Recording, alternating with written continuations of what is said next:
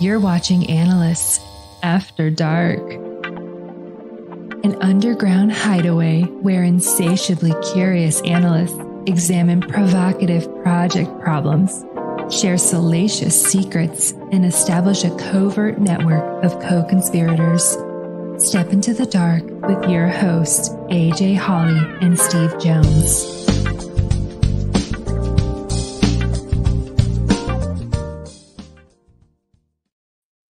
Well, hello, Steve. Hello. Happy Wednesday.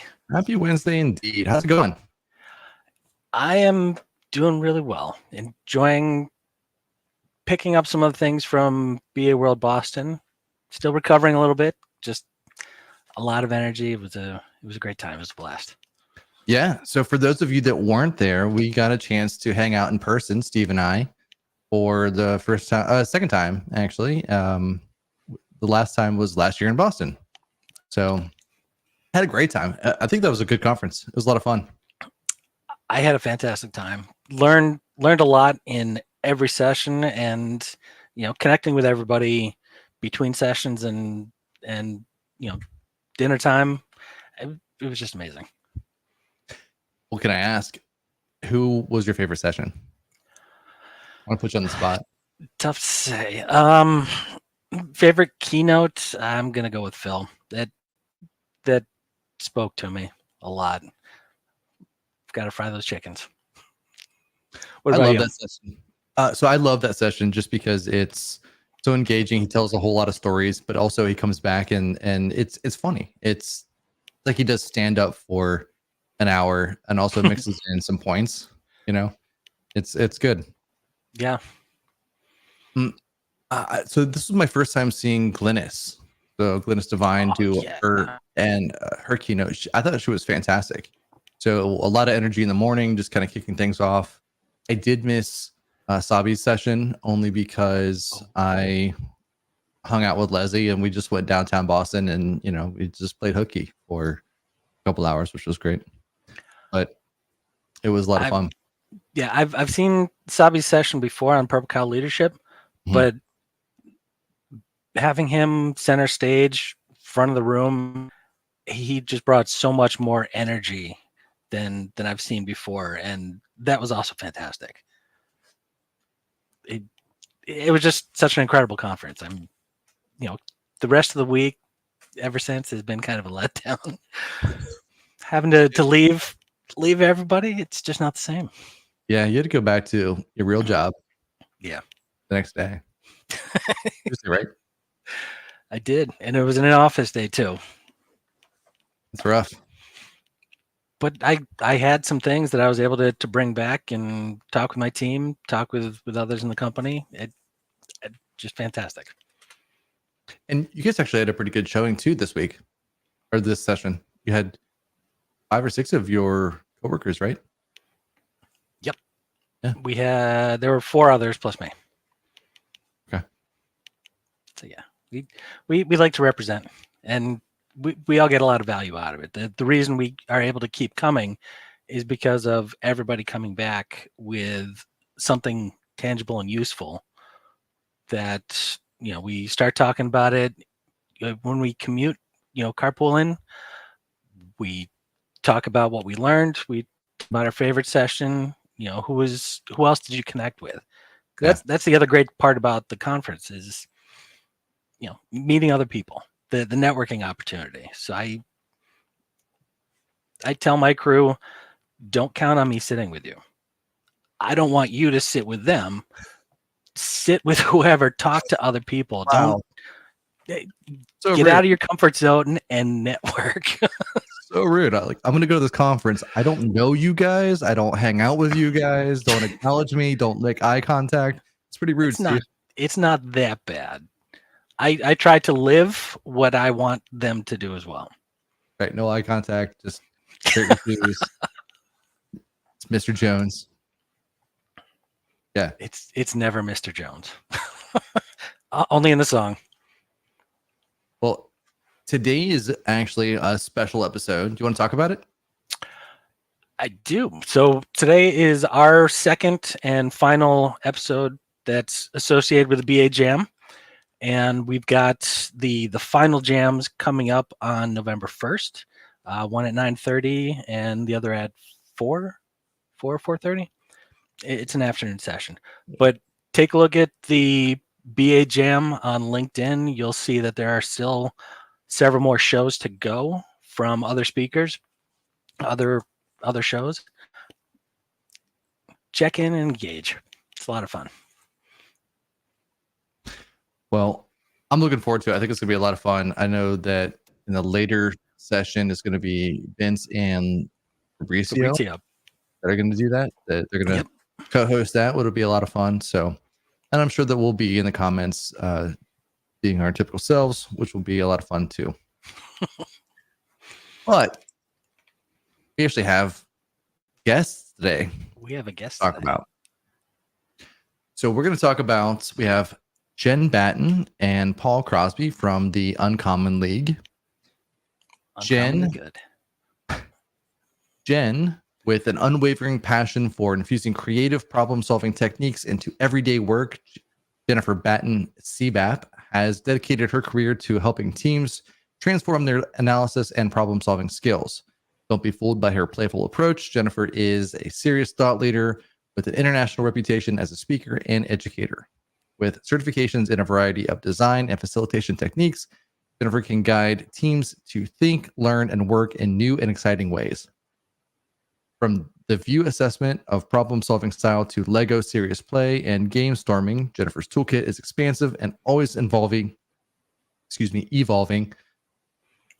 With Jennifer as your guide, you will have fun learning, exploring your potential and building your problem-solving skills. So without further ado, we have Jen Battan. Jen Battan. Jen with one N. That's true. For those of you in the know, I'm Jen. I'm apparently the weird one, Jen with one N, but there we go. That's the normal. Weird one. Yeah. Sorry.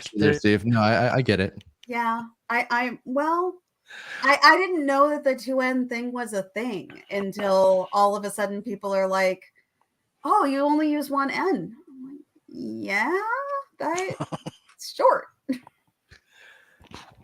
Whatever. Did you get an applause? No, I didn't get it. Sound issues. I got nothing. Nothing. I took my laptop up to Boston. I came back, I plugged it in, and should have checked the soundboard earlier during sound check. But hey, we're doing it live. I love LinkedIn user. Everyone is someone else's weirdo. Oh man. Let's just put that out there. Oh my gosh. Thanks, Rob. I'm not sick. I just have a cough. Well, sick in the head. We all are a little bit. Oh my gosh. I've had this cough since August. I just don't understand. I'm fine, I swear. Of 1984. But yeah. Somebody at the Boston conference, fabulous. I think he was a volunteer, but he was in my workshop session. He says, I think you're going to have to cut back on the cigars. And he said it like so straight faced. And then he started to laugh. It just cracked me up. I was like, okay, I'm glad that that's what you're saying. But yeah, it was. I don't understand this cough. One of these days it'll go away. There we go. Hopefully it goes away and then you're able to get back to normal. Because it impedes the amount of, words that you're able to throw out there. And that's a problem for me. I know. Yeah. It constrains the fun. Can't have that. So Jen, you were in Boston and you had several sessions and a workshop, right? I did one session and one workshop. Okay. Yeah. And so, Steve didn't come to my session. It's the first time. I know, which is why I have to continue to give you a hard time about that. I know. Because usually Steve shows up to my sessions. But we had a good time. Is he always front row for you? I mean, like usually, and he'd like be the one to participate and like to actually actively like do something in the workshop. But the Boston folks are hugely interactive, and so that's kind of fun because I kind of use that energy in the room and in the moment. So that's definitely usable kind of stuff. So yeah, we learned a technique. We actually did hands-on and learned an actual technique, not just talk about it. Missed it. We actually did it. So Nice. yeah. It was fantastic. That makes it more fun. My room was packed as Amy kind of comes in. Several years ago, there was my favorite time I was in Boston. There were people in the hallway, and they were like, "Can you just leave the doors open?" Because there were no seats. That was the 6 thinking hats. Yeah. There was a moment when it wasn't Amy that came by, but it was somebody else from the conference production group that they're like, so we might need to move you to a different room. And I'm like, then you better tell me now, because I got stuff to move. Because my 6 Thinking Hats presentation, I have to bring an entirely separate suitcase for all of the props that go along with that one session. So it's a thing. There's stuff, but it's fun. It's a fun session. I haven't done it in a while. So maybe we should dust that one off and have some fun with it. Yeah. We should do that. Not as much stuff as Dan the bartender. So he has a collection of glassware that he has to bring, and then he has to have like 17 different beverages. The best part about, I think, his session in that is at the end of it, he just gives away the booze, and so then you get to have one of those, which you don't give away your hats, do you? No, they are custom made handmade by moi to actually fit so the 6 Thinking Hats. It's all about metaphor and understanding what the colors represent. So of course the hats are metaphors and the colors are metaphors. And so I've taught the 6 Thinking Hats actually for kids, but instead of using hats, we use like sunglasses, colored sunglasses, or I've used a little eye masks that look like, Zorro masks, but in the different colors or whatnot. But the hats like fit, and I've actually done these hats so they match whatever they're supposed to mean. So it's a lot. It's a checked bag size suitcase of things. Many of the things. They are serious hats. They're serious. It's seriously fun, but they're big time hats. Yeah. I do not give them away. I'm not okay with that. Well, Jen, we start every show. Mm-hmm. I'm sorry. We start most shows because sometimes we forget with a question. What's your favorite after dark activity? And so that when we asked you that question, you said, I'm boring. You did say, I'm boring. You like bonfires, movie nights, and you dream of a good night's sleep. But then in our pre-show, you said most of your good work happens after dark. Most of my best work happens after dark, which sounds... I was afraid to put that into the questionnaire. Like, have you guys met AJ? I mean, like, I was worried. For any of you listening, I see some of you in the comments. I know some of you know AJ. So, like, would you be worried to write that down? I'm not a morning person. I am not that. Please do not ask me to be productive at 6 a.m. It's just not going to happen. I would rather, I'll stay up all night. I will happily stay up all night doing whatever it is that we need to do or getting something done. I do my best work at night. And what I shared during our little pre-show sound check related stuff was one of my big hobbies is I'm a stained glass artist. I don't get into the studio as much as I would like to, but I love doing the glass work. And when I first started getting into it, the kind of the running joke was my husband. I actually have an email address, and there used to be a website, but it's down now because it's ages old. I called myself, the Twilight. For a while it was the Midnight Glasser, because honestly, I would work all day. I would come home, and this is before we had kids. I would, we'd make dinner and we'd watch a little TV together. And just as my husband's like, yeah, it's time to turn off the TV and go to bed, I'm like, I want to do a little glass. And I would end up starting at like 9-10 o'clock we're probably going to bed about 10 o'clock. So, 10 o'clock news comes on. I'm up and in the studio, which was my laundry room at the time. And I'm working on a project, and I'd stay up until 2, 3 in the morning, get 2 or 3 hours of sleep and start the whole thing over. I didn't do it every single night, but yeah, a lot of in the middle of the night stuff. I stay up late. That's when good ideas show up. So that's what I go for. What can I say? I get it. I'm very similar in that, where my best work comes in after hours. And so if I hit my second wind about 8 o'clock, and then from 8, I can work till 2 straight and not blink an eye. Yeah. If I have to wake up at 6 o'clock, you better have a gallon of coffee ready for me, because I am not a nice person in the morning. I'm very grumpy and groggy. No, I can get going, and I tend to worry about if I have to do something that's something early morning or whatever. It's not usually like I need to be productive at 6 a.m. But if it's I mean, it's not like I avoid early work like the plague or something like that. But when I was doing typical BA work as a full-time BA and working at a normal business, I wasn't the one who rolled in at 7 a.m. I was the one who rolled in at 9. And if you needed me before that, you just had to make sure I knew. You couldn't sneak attack an 8:30 meeting or an 8 o'clock meeting and expect me to be there, because there was a pretty good chance I was not going to be in the office at that time. Happy to stay late. Good to stay late. But no, like 5:30. You want me to meet at 5:30? I'm good with that. And people are like, no, I'm a 7:30 person. I'm like, that's your problem. You're weird. Stop it. Like we said, everyone is someone else's weirdo. So totally, yeah. There's a reason this show's called Analysts After Dark. It's not Analysts for breakfast. It wouldn't happen. Yeah. No. Wouldn't happen. So speaking of weirdos, you... Like, oh my God, I'm afraid what's going to happen? You work for a company called the Uncommon League. Yes. So can you tell me a little bit about how that got started, what you do, and a little bit about why you are uncommon? Why we are uncommon. Yeah. I mean, I could go way back in history and talk about a lot of stuff. The idea of the Uncommon League, we kind of started the concept of a little bit of the League of Extraordinary Gentlemen. Like, let's be honest, like a bunch of people who are really fantastic at, or really fantastic at what they do, or have a lot of passion about what they do. And not just I like my job. It's not that kind of thing. Because we're a training company, training consulting. That's kind of our area.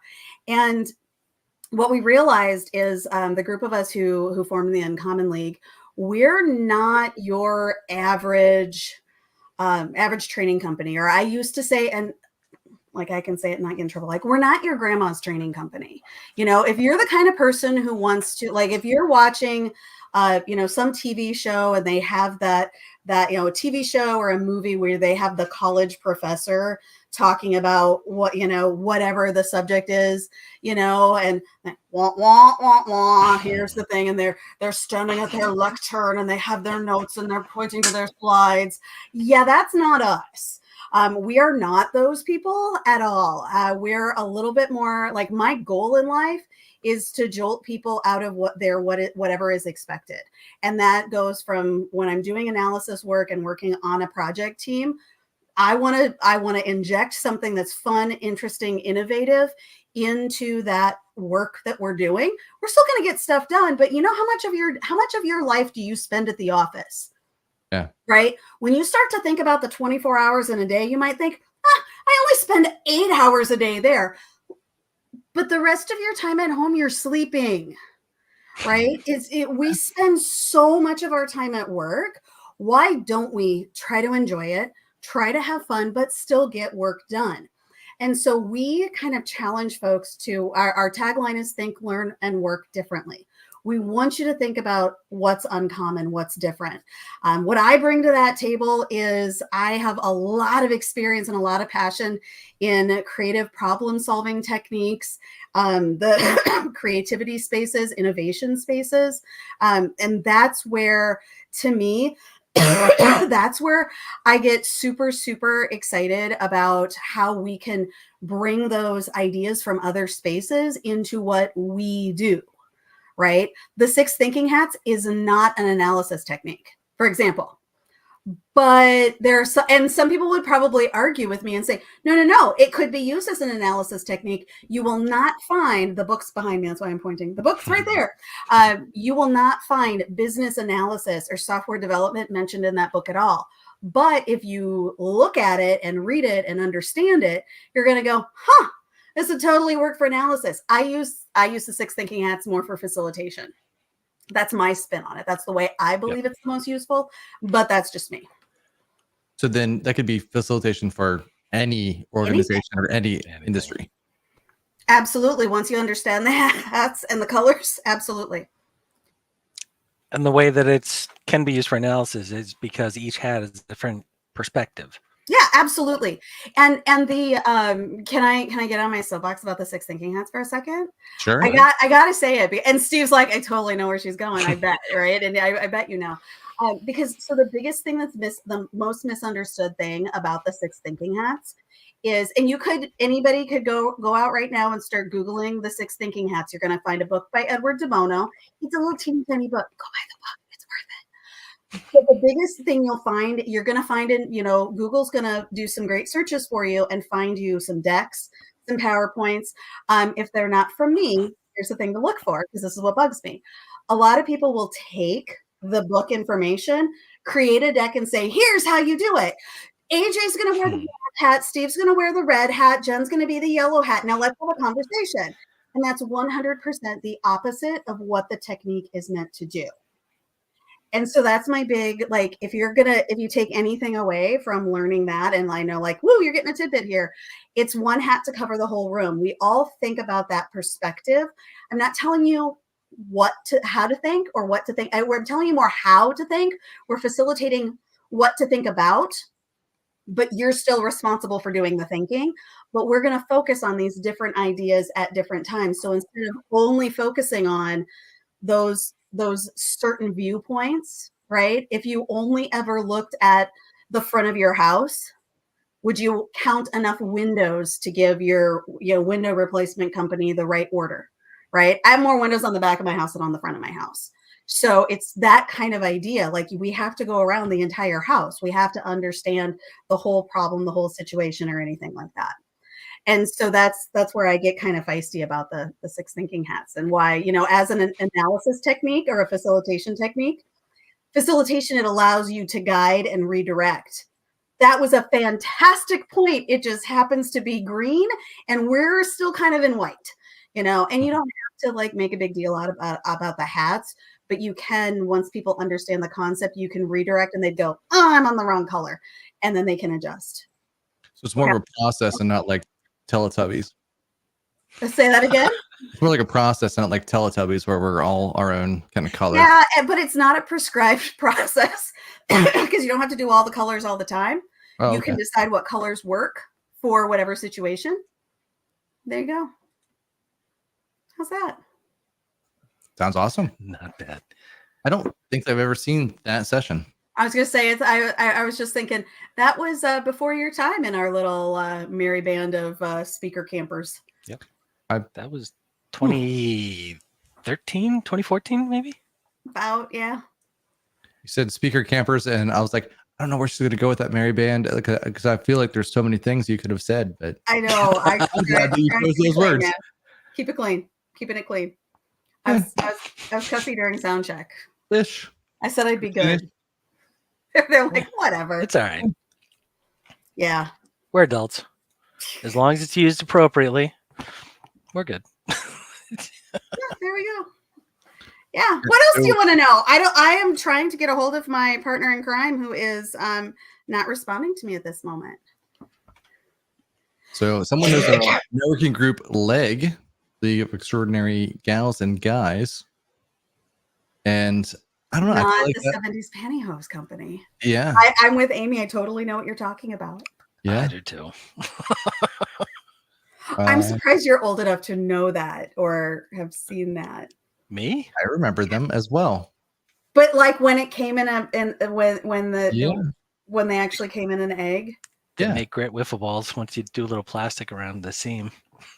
I mean, I didn't have them. My mother did, but you know, I was not gonna go there. I have seen video of you in a dress. So I mean, I'm not gonna. That's true. You opened the door and rolled out the red carpet. I had to step there. Yeah, no, that's very true. It was a great dress. And I think, well, I think I know what happened. I actually showed it during a workshop in Toronto, and yeah, it was good. Got a lot because Amy mentioned it. Amy's like, "Hey, you know, he dressed like me one time," and then I was like, "Well, I gotta show it now, I guess." I think you should just come to one of the conferences dressed as Amy. Well, I live in Florida, so you can't do that here now. And so, well, we'll resume in Chicago in a few weeks. I'm sorry, Amy. Am I causing problems? I can't do that because I think last Christmas I sent her that dress, and she just got a random box in the mail, and it was that dress, and it was very funny. So apparently, I'm a woman's 14, and I found that out. So my wife was like, "God, this is the worst." But it wasn't. It really wasn't. She had to go thrift store shopping. Yeah. And then we found one. It was funny. That's so funny. Yeah, so for everybody else that has no idea what we're talking about, we had a birthday video, and I made a collage video telling her all the things I appreciated about her and her conferences. And then also I said I'd like to be like her. I snapped my fingers, and then I was basically had a wig and a dress looked like something that I thought that Amy would wear, and I got a chuckle or two. It was worthwhile. It was definitely worth it. Yeah. Ooh, this. 100%.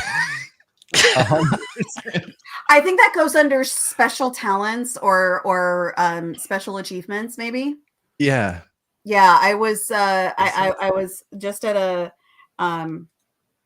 I was at a course kind of a thing. It was a speaker course sort of a deal.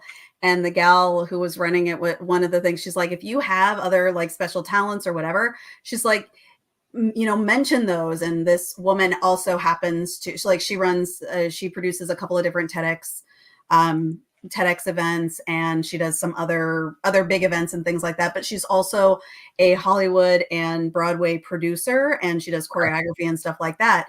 And the story she said to kind of drive it home was she was auditioning people for a Broadway show, and there was somebody who was fine and probably would have been fine in the chorus, but she wasn't like, oh yeah, we got to hire this person, she's so great. But under special talents, this person happened to say that she was also a baton twirler, and this caught the attention. And she said, can you come back tomorrow, but bring your baton? And she's like, the person's like, sure. And she got hired and got a solo because she could do a baton. I don't do baton. I do flag line and other props. And I haven't worked that into a keynote yet. Sorry, Amy, I'm working on it. It could be scary. That could be quite entertaining. I do tap dance as well, though. I don't sing. Our other business partners sang, and a lot of people ask me, so do you? No. I do not sing. That's where you say it's a partnership. Song and dance, you're the dance part. I am. I did get one of the greatest compliment, not quite the greatest compliments, but it was quite a compliment when Bob and I were doing some videos together. We were filming at the office, and Bob would burst randomly into song. We were doing something and I was singing, and he just looks at me and he goes, you can carry a tune. And I was like, thank you. Coming from you, that means a lot, but you'll never hear it again. So now that you've pointed it out, I will stop. And I was singing along in the car once when I was in high school, and someone in that vehicle who was not a family member, it was a friend or a boyfriend, said, "Ooh, you're really not good at that." And I never sang in front of people again. I fake it. When it comes time to sing happy birthday to Amy, I fake it. You just Milli Vanilli right there. Absolutely. I will sing to when my kids were babies, I would sing to my kids, but nope, I don't do that. Last time I sang in actual public, I was very, very drunk. It was a really long time ago. I get it. I had a friend of mine during the pandemic. He was trying to throw a party, a virtual party for his now wife. It was right before he was getting ready to propose. So she loves karaoke and she's all about the performance. She said that she can't really sing. I've not seen it, but he said, I'm going to throw a surprise party. And he throws a virtual one. He said, here's what I want from everybody. I want you all to sing her favorite song and then share a snippet. And then I'll clip those snippets together, etc. I'm like, okay, fine. And then it happens to be Madonna's Like a Prayer. And if you don't know, that's a very complex song. I can't sing for crap anyway. And then my wife and I are sitting here and we look like hostages basically. And then we can sing our freedom. That's kind of how that worked. I learned green screen and auto tune, and it still didn't fix it. So it was bad on both ends. All right. Yeah. So I'm right there with you. Yeah, I don't do those things. Not sorry, karaoke. that's why I don't go to. I'll go watch other people do karaoke. Right. I will be there in your cheering section. I will not sing with you. Sorry. I'm with you there. All right. Now we have is it a pact? Can we guarantee that this will never happen? Unless if you see me singing, it means that my bar tab is super high. Right? Yeah. Yeah. I just saw some meme that you see the comment that just popped up. Yeah. Sorry, could you pull that up, please? I can. Because I just saw some reference and it was like a meme on social media that showed the Milli Vanilli people, those guys. Yeah. And it said something about watching all of the people becoming, TikTok famous and whatever, because they got in so much trouble for lip syncing. Yeah. And that's what we do now. That is not my business partner messaging. I don't know what happened. That's all right. Well, what else do you want to talk about, guys? Well, I'm usually not at a loss for words. What do you want to really? Talk about? That's surprising. One that knows you would say that. You do know my quite famous I did one of those Facebook.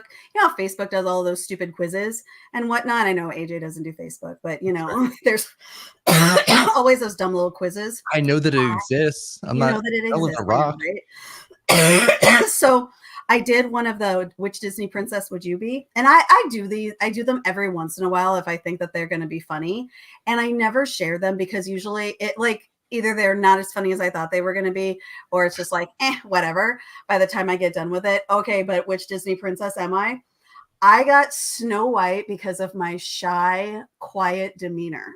Oh, yeah. And that I shared because I'm just to prove these things are bullshit. I got shy and quiet. Were you answering truthfully? I was not trying to get a certain princess. Really? Will do that. No, really. Why would I try to get Snow White? Seriously. Everyone knows I'm Sleeping Beauty. That's just the one that popped the sleep. Right? There you go. I was I'm trying to put the connection together. Well done, Steve. Sorry, Sleeping Beauty just happens to be my favorite princess. So there you go. Now you know who my favorite princess is. You're getting all sorts of good stuff today. Oh my God. Beauty. Yeah. Not Jasmine or Merida? Well, Merida does have her advantages. Wait, hold on. What was the name? Merida. Okay. From Brave. Oh, Merida. Yeah. Merida. Not Merida. Because that's... No, not Merida. Yeah. That's different. It's very different. Yeah. No. Anyway, I've not seen that one. So did you analyze your results at all? When I did I just thought it was really funny, and most people were convinced that I lied to get something or whatever, and I'm I answered honestly, and that's what they thought, but so obviously there was a flaw. There you go. See, you should have pulled out some analysis on them and straightened out their rules. No, then I'd have to I didn't want to go that far. Too much work. Let's have some fun with our lives, right? Work is fun, isn't it? It is. There's lots of good stuff, right? So And I have a what can you question tell us about Lego? I was going to ask the same question, Steve. Well done. Well, yeah. So, and in my bio, I don't even mention. So I have 2 certifications that are in, that are in kind of this space that it is using play, using toys, literally, like, Lego and Playmobil, actually, to solve business problems or solve teamwork challenges. I have a friend who actually uses both Lego Serious Play and Playmobil Pro Play for, she's a child psychologist. She deals with kids that are dealing with trauma response and stuff like that. She also deals with adults and trauma situations and things like that. So she's, she uses this as like play therapy. And so not down that path. I don't have that kind of certification. I can't do the psychology side, but the problem solving and the teamwork side. So what's really cool about Lego Serious Play, especially, since you asked Lego, let's talk Lego. Using those bricks to build a metaphor, to talk about something, is a lot easier for people to create something and build something. And it can be extremely personal, but it's not about you as the person. It's about, here is my build. Here's the thing that I built to talk about whatever this thing might be, right? And it can be anything from, you can create individual builds that allow you to share opinions, impressions, feelings, whatever. And then we can also go into shared understanding related items. So when we do shared understanding builds, we might all together take parts of our personal builds, bring them together to build a team view of the problem we're trying to solve, or the way forward with the way our team should work, right? Or something like that. So the bricks, it's not about the bricks, right? It's about what the bricks represent. Mm-hmm. So we can speak from a different place. And Playmobil Pro Play is similar. It uses a different set of toys, not as popular in the US as it is in Europe specifically, but the Pro Play method does the same individual stuff as well as group stuff, but also they actually use some templates, so we can use the tools, use the and their figures, and then there are other little like things, like there's a little ship's wheel, captain's wheel, on a ship. Yep. There's a little, I'm like, there's a megaphone, there's whatever. I'm like, it's over there. There's a whole bunch of stuff that we can use. And that ship's wheel doesn't have to be about a ship's wheel. It could be about a direction. It could be a merry-go-round, right? We can still make these things mean other things. And there's something really, really freeing about being able to talk like this, right? Yeah, it's, well, and with Lego Serious Play, it's not down to the individual brick. It's about every builder has a voice, and every build is whatever you say it is.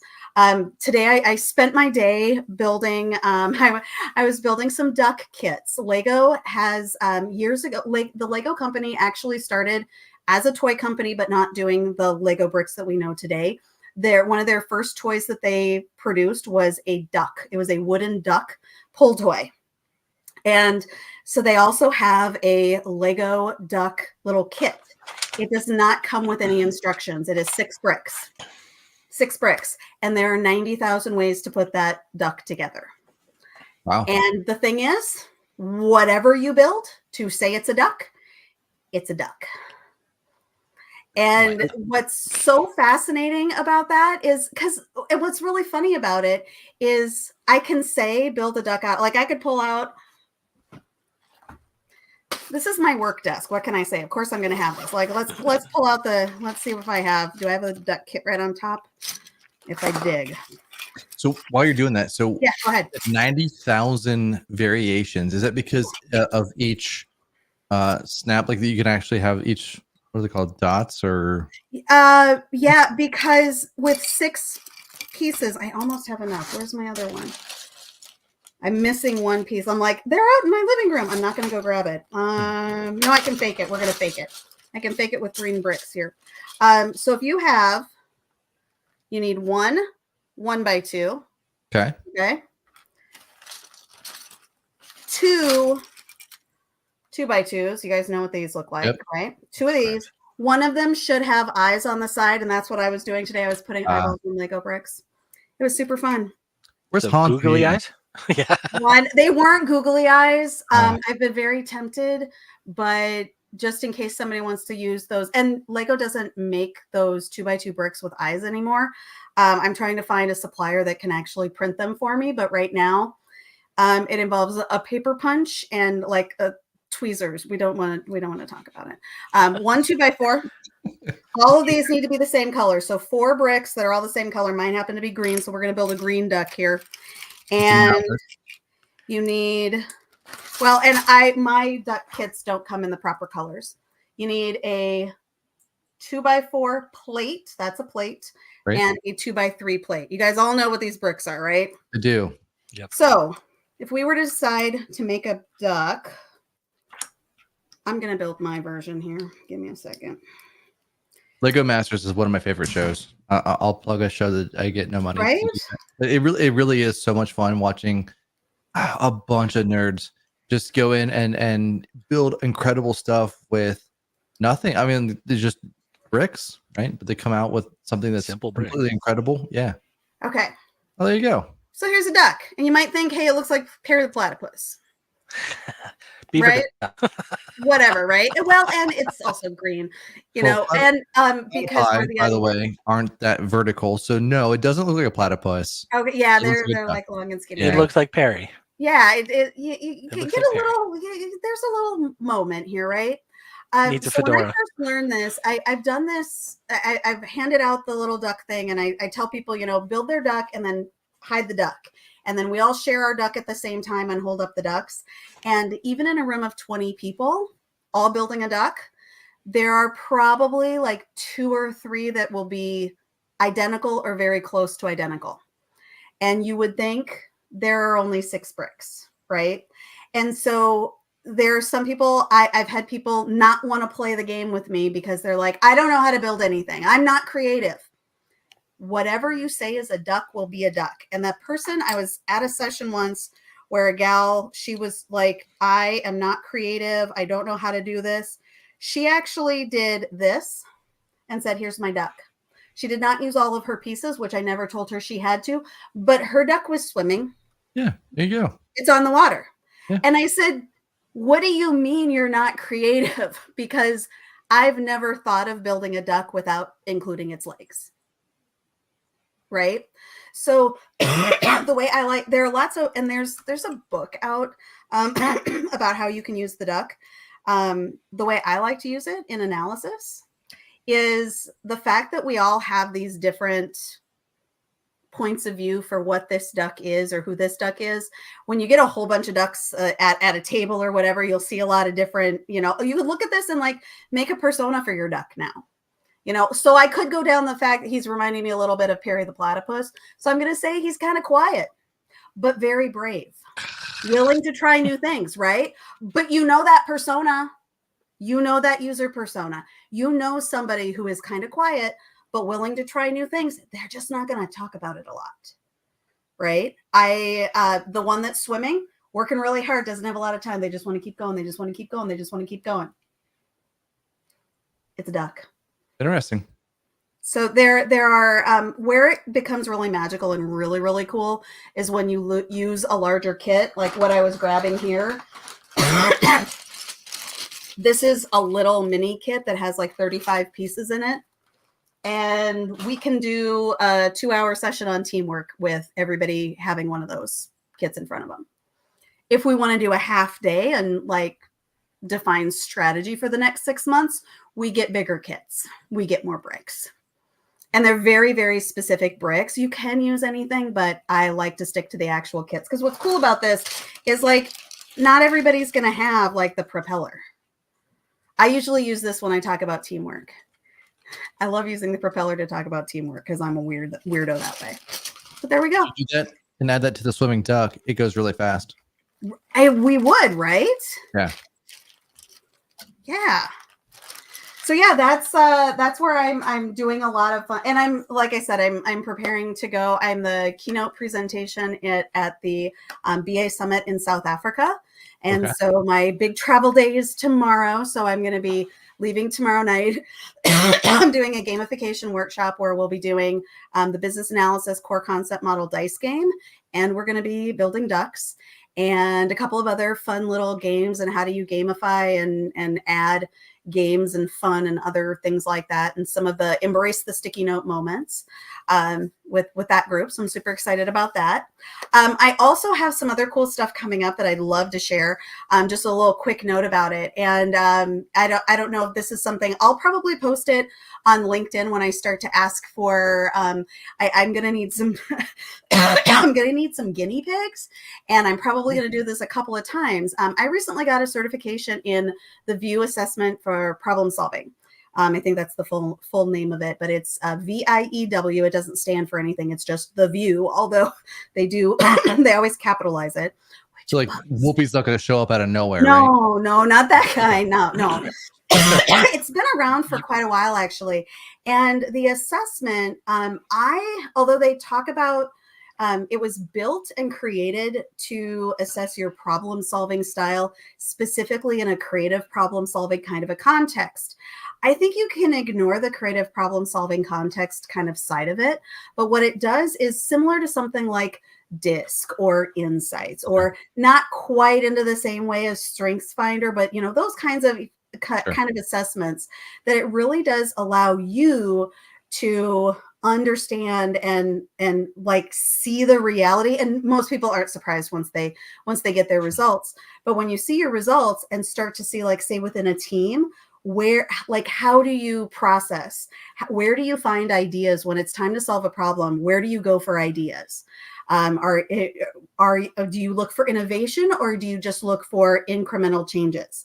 Do you need to talk things out and thrive on the chaos of brainstorming? Or are you I always say, I always pick on myself for that one, because what's a little fun about that, when I first took the assessment, they showed us the team that I happened, there were like a dozen of us, and they show a continuum, right? And one style is, I'm an out loud processor. I'm external. I would like talk to me, give me all of this info, right?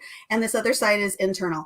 I was as far over here as you could possibly get, and the rest of my team was over here.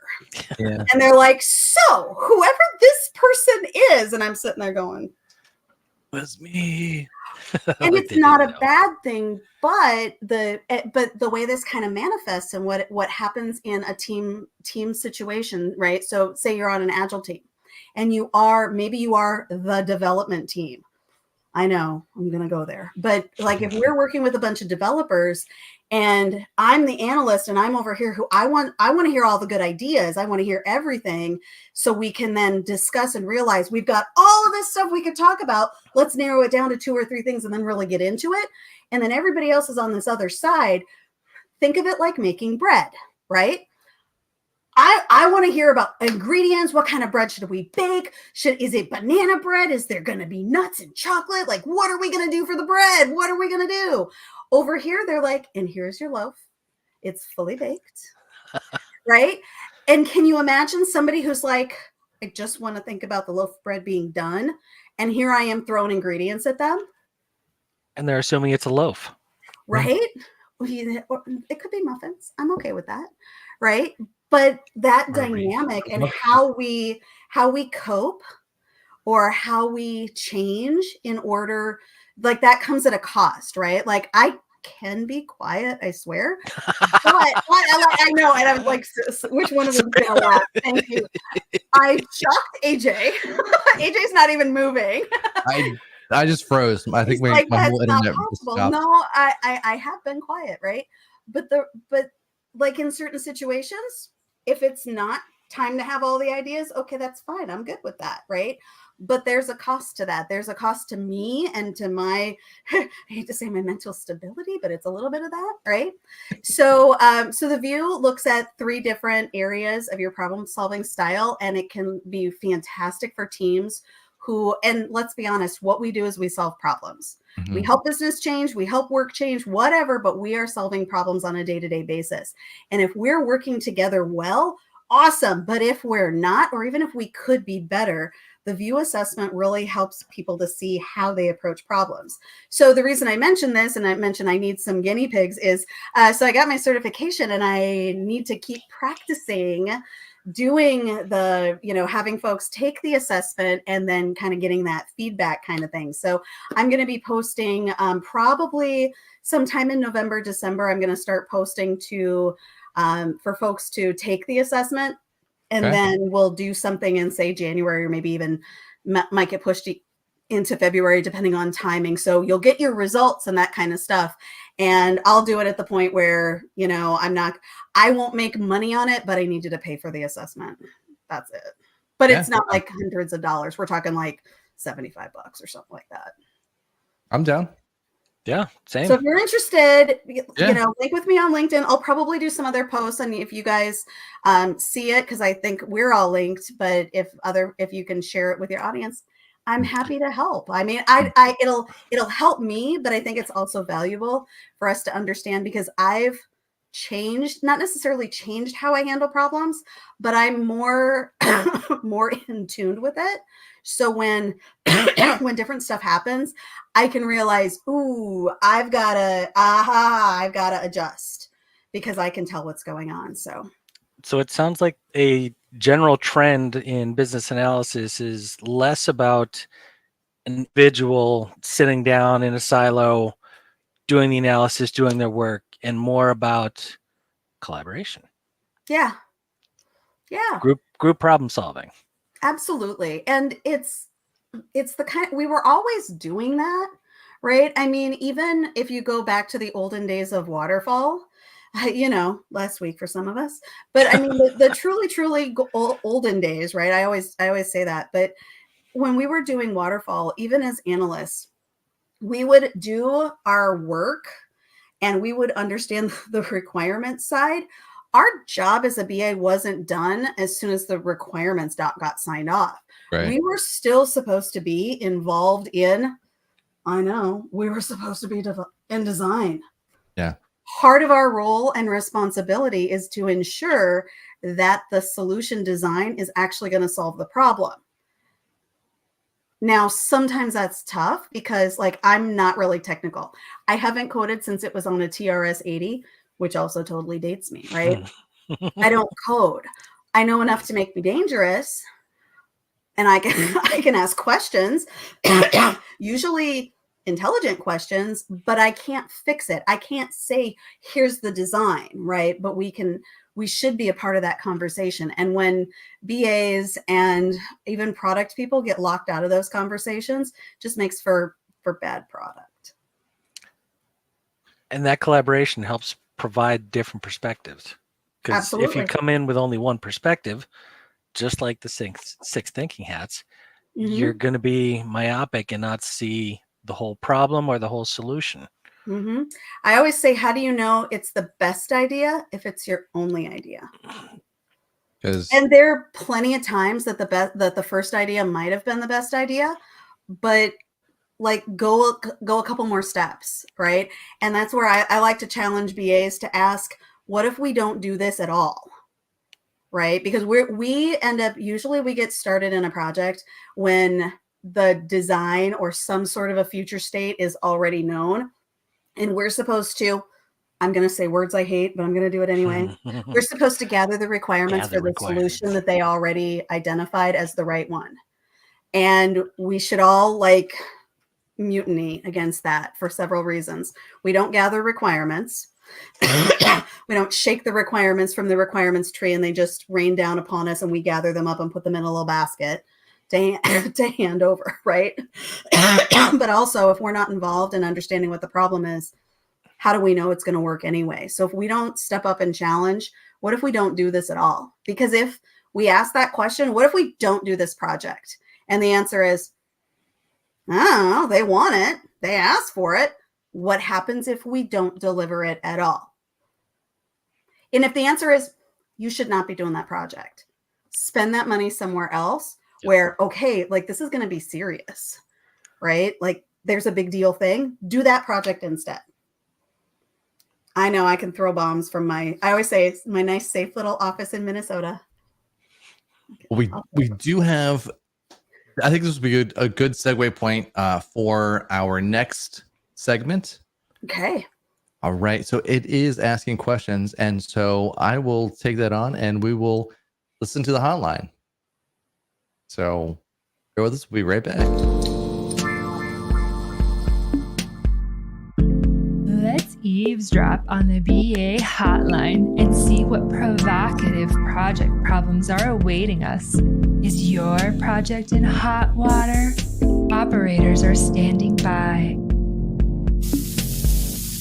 Ooh, that's hot.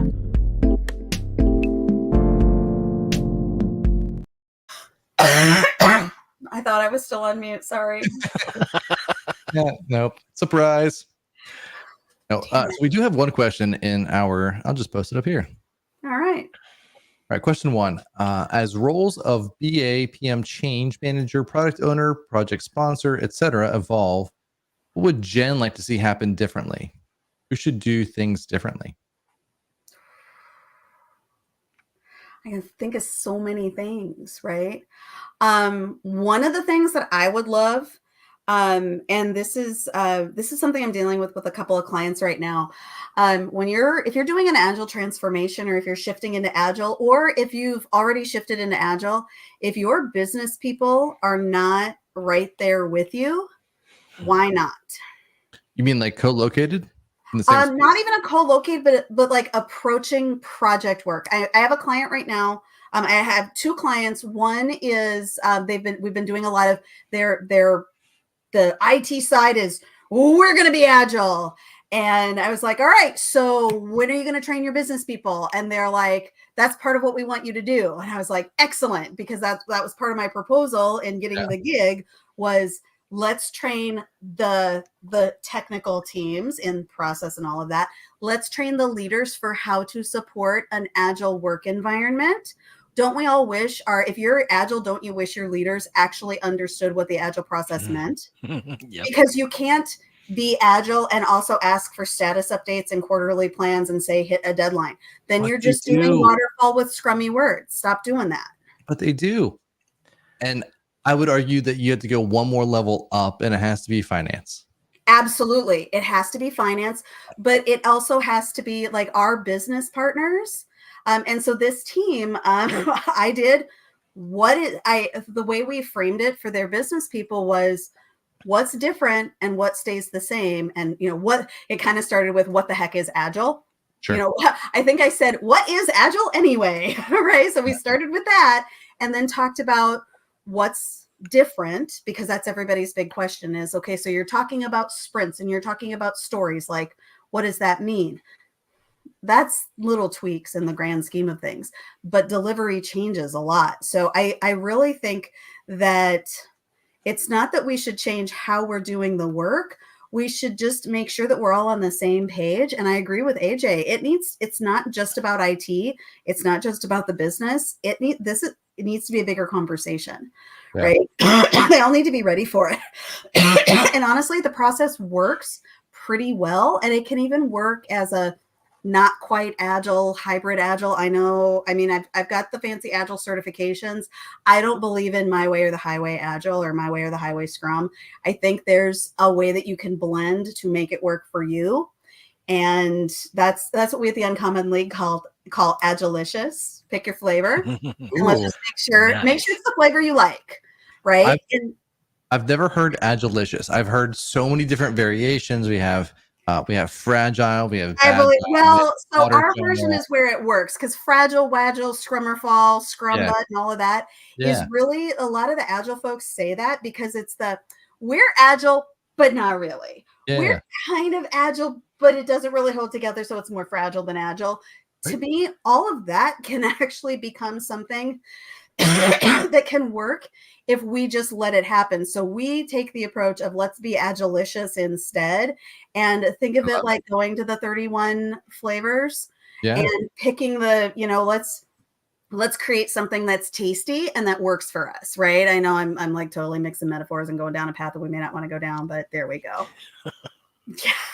Well, no, I enjoyed the agilicious part of that, only because it's a positive spin on we are doing, or we are, so there's a whole thing. I think for me, it's agile can be like almost a religious dogma, right? Where you have, are you doing agile or are you being agile? And I feel like those are two wildly different things. Yep. And the reason we get into it, or the reason leaders want it, because that's, to me, that's where a lot of these agile transformations kind of fall down a little bit as well, is when a leader, so some leader goes to some conference, or they've been reading about how agile development is so great and it's so fast. They're like, I want fast delivery too. Let's be agile. And then they hire somebody to come in and do a bunch of training.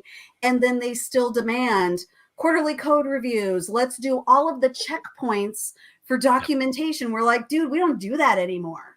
And they're like, what do you mean? Or how do we know we're going to deliver on time? You can figure it out. You just have to be prepared for it, but you also have to trust the team. And don't even start me on how that goes. And, trusting an analyst, is the analyst going to be functioning as the product owner and making decisions, or are they still a go-between? Like, part of the reason analysts end up falling into the product owner role is because the business doesn't have the time or energy to devote a person into that role. Yep. Right. But there we go. Yeah. I'm sorry. I'm over the time. I'm excited. Can you tell I get kind of excited about that? I saw at least a couple of.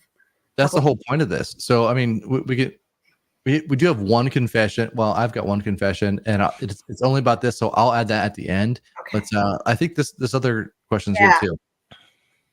FBAs want to work on more strategic work, cross-project. What labels can we give cross-project information? Can I answer this one? Yeah. Okay. I'm so sorry. I don't know what I would call it. I'm stealing this. Go ahead. Have at it, man. Yeah. So I think that there's a whole room for a strategic BA. And then if I'm going to plug myself, actually, that sounds bad. Well, I was going to say, Paul, if Paul was able to be here all over this, but go ahead, plug yourself, AJ. Thank you, Steve. AJ, what are your thoughts on this fantastic topic? No, so we have a blog on this on Analysts After Dark called The Innovation Analyst, and I feel like that's exactly where this question resides, is on that role. Yep. It is an analyst that is really sitting with senior leaders and someone that is kind of, I don't want to say like above the other analysts, but like they're ahead of the other analysts. They need to be ahead of project work, right? Part of the problem with where, like the previous question, kind of where we get stuck, is that because regardless of whether you're agile or not, for most of us, and Waterfall definitely does this, right? The way we fund projects for most of us in North America is somebody has an idea. Oh no, this is a problem. I want this. And then they say, can you build this thing? And they're like, I don't know, let's figure it out. And so, because a business person goes over to IT goes to some developer, designer, architect, or somebody and says, how should we solve this? They make a bunch of shit up and then they throw a bunch of numbers at it. And let's be honest, they throw numbers for, this is going to be how long it takes to develop it, to code it. And then we'll add a little bit on for the project, for the analyst, and we'll add a little on for QA, and we'll add a little oversight for the project manager. And it's $1 million. So it's going to cost $1 million. Oh, well, I just happen to have a spare $1 million sitting around. And then the project happens and the BA turns around and says, so what problem are we trying to solve? And they're like, I don't know. I just want you to build me a damn button. Right. You don't need a button. Nobody needs a button. Right? I always use a button. There's actually some. Oh, good to know. I didn't know that. If you want the uncensored version, go to YouTube. Go somewhere else. Yeah. Oh my gosh. Yeah, that's the only thing I was saying. Watch first earlier, right? Yeah. So that's I mean, funny. As an analyst, we should be. It's more of a continuous role that happens pre-project, and it's supposed to last post-project, which is where if we were more product-oriented with the structure of teams and how we approach work, that's where Agile does have some really good stuff. But even companies that are going Agile or have gone Agile, they still do projects, and they're not getting the full benefit of Agile if they don't structure the teams and structure the work in I hate to say the right way, but to me, there is a way that's conducive to making Agile really successful. And so sometimes when it's it's like move people around. It's definitely the product. And I feel like you could have product verticals in an organization and then have projects that are there, like, and if it's an If Agile it has project, to be cross-functional or something like that, because not every project's just going to be on that one product silo related thing. You're going to do something where you need to work with somebody else, and you can still do that. I mean, if this product needs something from this team, from this other product over here, so these people go over here and go put something on their backlog and say, we need to talk about this, and then go over, and these guys are going to be like, what do you mean putting stuff on my backlog? Yes, we need to talk about this, because your alternative is to go to them on the beginning of the sprint you need it and say, I need you to drop everything and do this thing for me, which we've all done, and people get feisty about it. And they're like, why didn't you knew about this 3 months ago? Well, yeah, what was I supposed to do? I don't know. Tell me about it. Talk about it. Give me some heads up. There we go. And the problem with the way a lot of teams are built right now, they're not including real representation or actual engagement from the business. They're still functioning. And that's that previous question about what would I like to change or see differently? Yeah. I have a job. I want to do my regular job, and I will allow the BA to talk to me a couple of times a week. We need more than that.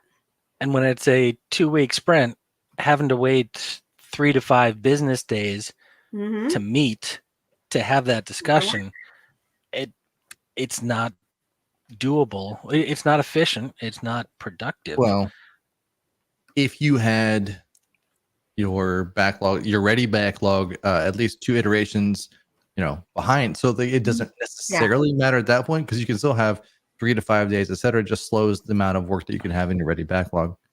Well, it's Mountain Goat Software has an article on their blog. It's kind of old-ish at this point, but the visual totally made this make sense for me. Mountain Goat Software talked about your backlog should be like an iceberg, right? So the way ice works, there's some ice under the water and there's ice above the water. Your backlog up at the top, stuff at the tippy top, is what the dev team is working on, right? They're chipping away with their little ice pick, pulling that off. Analysts, product owners, business people, we're working at the waterline, right? Kind of, sort of, maybe a little bit above, not usually too far below, but we're that far ahead. Because when stuff gets chipped off the top and that ice goes away, the ice pops up. That's how ice works, right? There is no reason for us to, pack on some scuba gear, dive underwater, and start working on something that's 6 months down the road. And we also don't want to be just in time, like, oh crap, this is coming up next week, next sprint or whatever. You need to be a little bit ahead, kind of to that point, to your point, AJ. Well, and I would think just, from that analogy, we should probably leave all of the icebergs alone. We are melting them too fast as it is. So we could maybe use like a manufacturing line. And that's how I see it in my head, where it's like, I agree. I'm going through and I'm taking the raw materials as an analyst and I'm collecting them so that way somebody down the line can actually assemble them in a more fashionable way, so that the end product is put together. Yeah. So there's one tricky thing about the manufacturing process analogy. And I always bring it up because there are a couple of books out there that talk about, we don't want to be a feature factory. Melissa Perry's book, Escaping the Build Trap, or I know it's Build Trap and it's got a big old bear trap on it. Fantastic book. But her analogy about being we are a manufacturer, we should just crank out the code. Her take on that analogy is, we don't want to just crank out code and crank out features for the sake of cranking out the features. So she uses that analogy in a negative way. Just know that, right? But with what AJ said and the way we at the Uncommon League talk about it, we talk about it more like, we want that. I always think of it as more of like the metronome, or we want a rhythm to what we do. And so when our little magical factory is humming along appropriately, and we're building the right thing for the right people at the right time, then we do want that to be a factory that there are no surprises. We shouldn't have to work 65 hours a week, right? That kind of stuff. I had a feeling that you'd like that. But even with the manufacturing analogy, companies that build products that don't work, like there are products that you build it and then it's just like that wasn't a great product, and then they have to go back to and deliver something else. Like that analogy still functions in. And you said, Melissa, what? I'm gonna put that in Parri, I believe. I'm looking over here because the book is usually over there. It's back in my shelf, so I'm like, that's fine. no, that's big panda. I'll put it out there in the show notes. Yeah. But the idea is that's the whole point of Agile. And if you go back to like the original version of when they were talking about like what it should be building something as like MVP is building something that's going to be raw to gauge your customers' viewpoint. Absolutely. Is this useful? Is this something that I can use? Is this something that I want? And then if it doesn't, you rip it out. Like, which goes back to leadership has to understand that. Right? Because leadership still goes down that path of, well, it's out, but it's wrong. You must have screwed up. No, I'm actually following the process that was built that we actually should do this. Right? That's really, really different.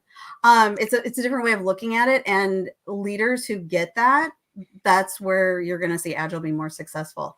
And they don't understand fail fast. They don't understand fail at all. No, because it's a problem for them. It's cost. Just fast, right? Yeah. I see a little note here about marginalization, about order taker, scribe, and accountability, and no authority kind of stuff. You guys, that's not new. I've been doing this for more than 20 years, and we have been talking about we are not scribes and we are not order takers. We've always been talking about it. So if you please don't call yourself an order taker or a scribe. Don't gather requirements. You elicit them. You pull them from people, right? You pull requirements from people in order to get the work done. Our job is not easy. And if we just simply say, oh yeah, you got a project? How can I help you? What'll you take with that? Right? I think you should have like an apron and like a little server tray, and then a little flow. Yeah, we should do that. We should do that, and then that would be a great Halloween costume. Right? I mean, seriously, you use your words carefully. And if someone treats you like a scribe in a meeting that is not yours, like if your project manager or even a scrub master is treating you as the note taker, say no. You're a professional adult that has larger responsibilities. Say no respectfully, but say no. Sorry, DJ. I would say the BA's superpower overall, and the whole reason that most BAs are in this space is because they're curious people. And I would argue that is the fundamental reason why somebody hired you for this role is to continuously be curious and to ask questions and to never be satisfied with an answer until they go, this is the way because of, and you have enough data to support it. Absolutely. I would say like that's the whole reason why anybody should be in this role. Absolutely. So sorry, I just had to say that one gets me fired up every time. And we've been talking about it for so long. I wish I don't know how we get that to change. I think it's, to be fair to anybody that's new to the industry, I think that's kind of how you start out, because you're it's true. You're figuring things out. Like you don't want to like go against somebody that's the VP of somebody else, but as you get more into your role, you realize, no, that's exactly what I'm here to do, is ask those questions and challenge those people in those spaces, because they don't always have the right answers. They're just people like me. Absolutely. And if you're new in this space and you're thinking, gosh, I do just take notes or whatever, if you can try to be paired up, find a mentor, get a mentor. Find somebody with the experience so you can see how they work, and realize that every analyst approaches their work differently. If you asked AJ, Steve, or me to run a requirements elicitation session on the same topic, we'd all approach it differently. I can just guarantee that. And maybe you like how I did it, but feel like I could never do that. That's okay. Maybe you like another style better. It can still be your own. We just have to get to roughly the same place at the end. Right. And the important part about that is there's a lot of preparation before going into that session. A lot of people early on, as they're fresh in their BA career, they just go in and start asking, so what do you want? That's where having a mentor will actually benefit them because they'll see all the preparation, and ideally they'll have a conversation with their mentor saying, what are you doing to prepare for this meeting? Because I see you doing a lot of work. Why? Aren't we supposed to just ask them what they want? And that's when they have a conversation to point to the value that they bring in the role as the BA and what it is they're trying to accomplish. Because it's not just going in and say, what do you want? Yeah. I will say that I've been in sessions where I started like that because of business wasn't sure. We had a whole bunch of different business people from different areas. And I started out with, what do you want? But then the question after that was, why do you want that? And then if we follow that up, and it's okay to start out with, what do you want? If I follow it up with, why do you want that? And then now I'm challenging those questions with everybody else in the room. Yeah, you got to get further. You got to get beyond it. It's okay. Yeah. If I just sit there like, requirement 1, that's it. You're right. Well, and there are some folks, I mean, I've had folks come through my classes where they're writing requirements instead of from the perspective of, this user wants to do the thing. They were literally writing requirements. Management wants XYZ. And I was like, so why does management want that? Oh, and like, I mean, like we had words and I was like, but why do they want it? And they're like, well, they said that they have to have it. And I'm like, cool. Why? And I'm like, I'm going to keep doing this. And I'm like, I'm being sassy because I know you're not going to be able to do this at work. So I'm going to do it with you right now. Yeah. Why do they want it? But why? But why? What value does it bring? Well, because our customer needs, there is a customer. Right. I can get saucy sometimes. Right. But there you go. I think that was a fantastic hotline session. So thank you very much for those questions. That was awesome. We will move now into our last segment and then we'll wrap up the evening. So last segment, confessions. And now it's time for BA Confessions.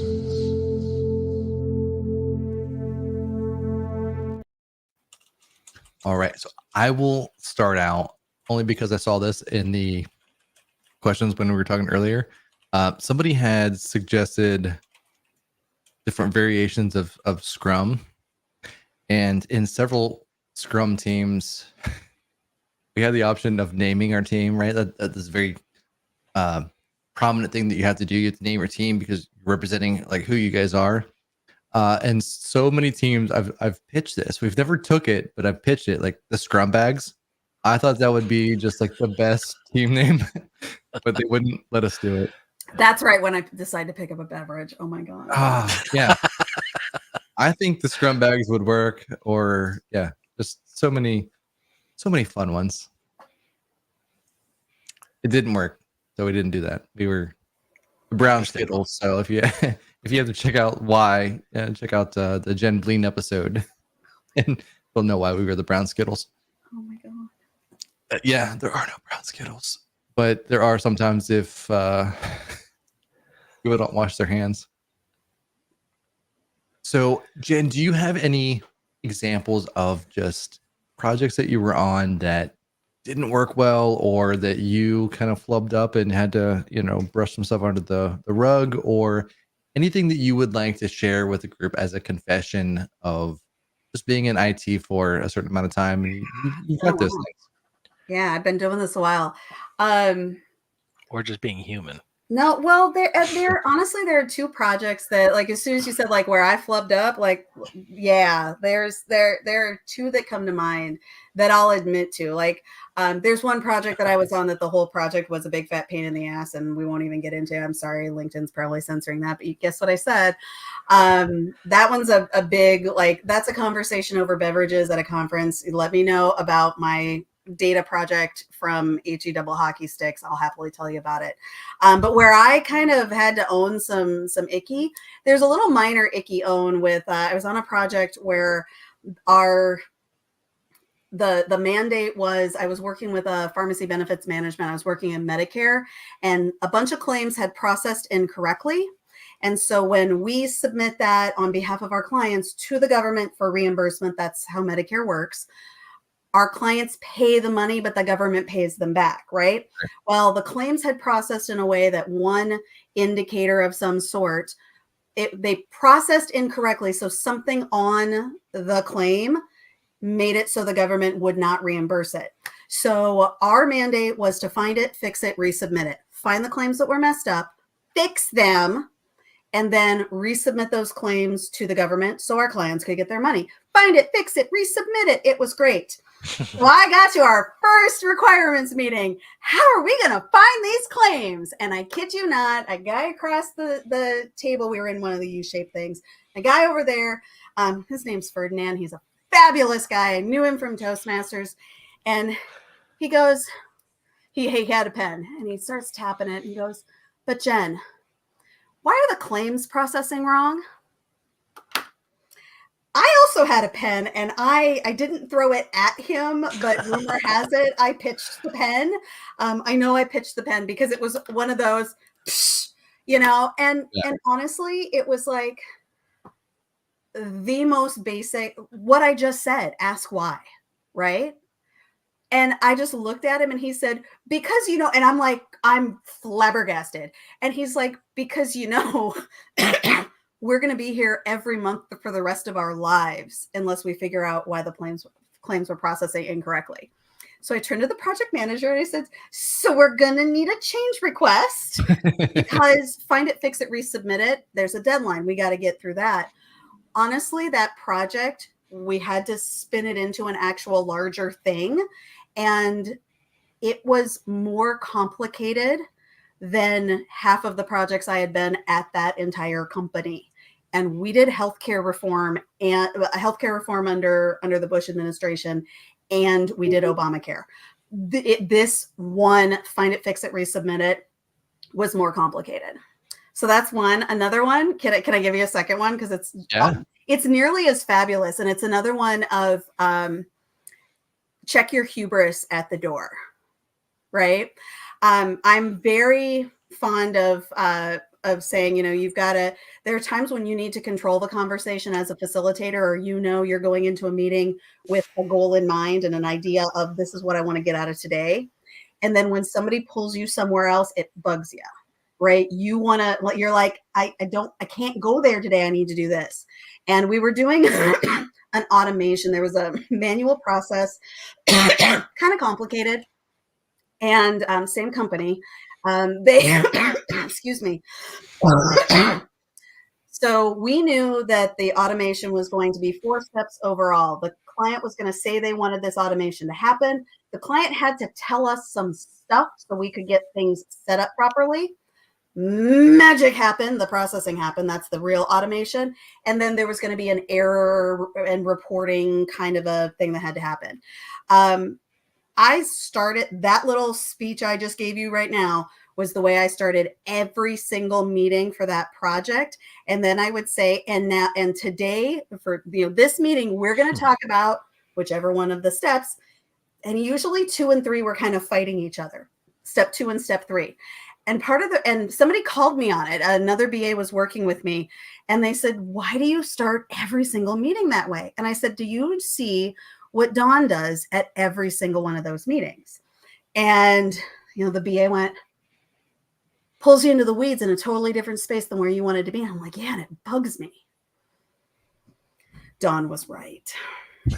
110% right. Dawn was the subject matter expert for the magic. And this is here in the US. I know we have some Canadian viewers on right now, or at least there were earlier. In the US, when we start talking about insurance and we start talking about deductibles and how you meet deductibles and how this all gets counted in your insurance world, in your insurance universe, it's not just a bucket that is, here's your deductible. And once you meet it, then magical things happen. There are, especially once you get into Medicare, there are multiple types of buckets and different things can go into different buckets depending on the plan you're on and all sorts of other stuff. It's incredibly complicated. Dawn was not only the subject matter expert, but like the super, like no one else knew it, right? If you didn't have her on your project, things were not going to go well for you. And to her, and the reason I say I'll own it, I was totally wrong, Dawn was totally right. I am a very process oriented person. I cannot talk about step 3 if I have not yet talked about step 1. Step 1 is the client tells us what to do. Step 2 is the client does the setup. Well, we didn't know what the client needed to set up. And this is what she kept trying to tell me. We need to know this in order to know how to do the setup. So we really have to understand this. I just kept feeling like she was trying to railroad me into some of their conversation that I wasn't ready for yet, because it was incredibly detailed. It's like day 1 of the project, getting into single data element related rules, right? And you're like, I don't even know scope yet, right? And she was 110% right. We were struggling because of me pushing us into step 2. And finally we said, you know what, let's explore this one little area. And all of a sudden everything fell into place and the requirements were done a heck of a lot faster. I should have just listened to her. We all have those sessions and we all have those projects where we go, oh, Right. yeah. And it's something about the role in general. You got to check your ego at the door. Yeah. Because you're going to be wrong. Some way you'll be wrong. Sit that back Yeah. at the end and you don't like learn from that, then you really haven't grown at all. Yeah. And I'm always one who, like, I'll let the side conversation happen, or I always call it, I'm all about the bunny trails. Even if this is my plan, if we're kind of going this way on a little bit of a tangent, I'm willing to go there, but I'm also going to pull us back and say, but how does that relate? And she wasn't really taking a tangent. I was up at this higher level thought process and she was in the weeds of details. So to me, I was like, we're not there yet. And once we understood those details, though, the big stuff was easier. And that's not usually the way it works. So if you're fighting something where you're like, gosh, we just can't get through it, that's where you've got to try to decide, try something else, or try to change. Like now what I tell people is, you know what, we didn't really need to worry about the reporting piece. That last little piece here was reporting and fixes and whatever. Sometimes do your requirements backwards. Start with the end and then work your way backwards, because you're going to understand how to reach the goal instead of thinking about the process from, okay, I log in to order my pizza. Yes, that's where we all think is step 1, but start from the pizza's at my door or the order is submitted, whatever it might be. It can be powerful. Go ahead, Steve. So it's like using a SIPOC model and reverse. So instead of starting with the supplier, you start with the customer and what do they need, and then work your way backwards. So SIPOC and COPUS, it's the same model. You're just starting from a different place. Absolutely. And I feel like that happens with so many processes in life when you're looking at you start at the end and work your way backwards, you end up realizing what the least common denominator is for so many different things. Absolutely. So change your perspective. How can you do that? Yeah. Well, I don't have the last call, but it's last. You guys have released your own book called Positive Conflict. So I've got that. More of a workbook than an actual slow read, right? So common book, you mean? It's an uncommon book. It's a very uncommon book. And that's our newest. I'm also working on an update to our techniques book, adding some more techniques to that. Very nice. How many are we up to now? I don't know. I lost track because I have a bunch I haven't been able to edit because it's hard. Bob wrote a whole bunch. There were a lot. Bob wrote a bunch that aren't in the book yet because I have to edit them and add to them, and I can't do it. I think I'm ready now. I think I'm ready. I think I'm in a better place, and I can do that. Or I'll just write my own. That too. I was happy to get my new Bob pen from Boston. Thank you. Okay. They're the best pens. They are. If people wanted to find you, they can go to theuncommonleague.com. They can also look at you on LinkedIn. Yeah, link with me on LinkedIn, folks. Yeah, for both of us. You can follow the company at the Uncommon League on LinkedIn, but also Paul Crosby, and I'm Jen Battan, and I'm wearing a funny hat in my picture. Is it one of the 6? Pardon me? Is it one of the 6? That's totally different. This is my light bulb hat. It's the 7th hat. It is. It's a totally different hat that I don't even wear in that presentation. I wear a totally different one. Well, thank you so much for being on the show today, Jen. We appreciate it. And we will definitely chat with you soon. I'm sure that we'll see you at one of the additional conferences in your next session. Yeah, I'll be in Chicago. Hope to see you there. I will not be in Chicago, but well, I hope to see all the other people there. Yeah, everybody else will be there. Everybody else. So, thank you very Enjoy much. South Africa. Yeah. I've been I'm getting stuff for Ryan and Christelle right now. That's fantastic. Well, this is our show today. The next show that we have Rachel Wilserdink coming in and sharing her knowledge and know-how, which is going to be a lot of fun.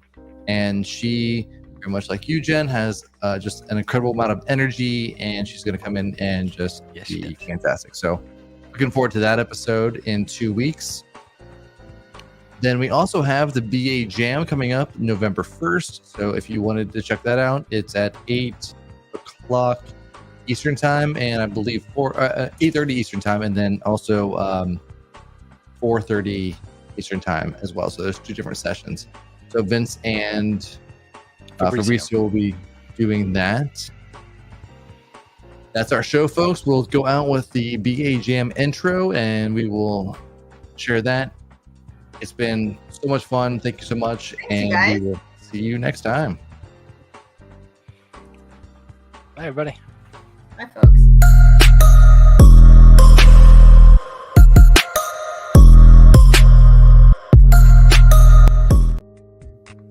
I lied.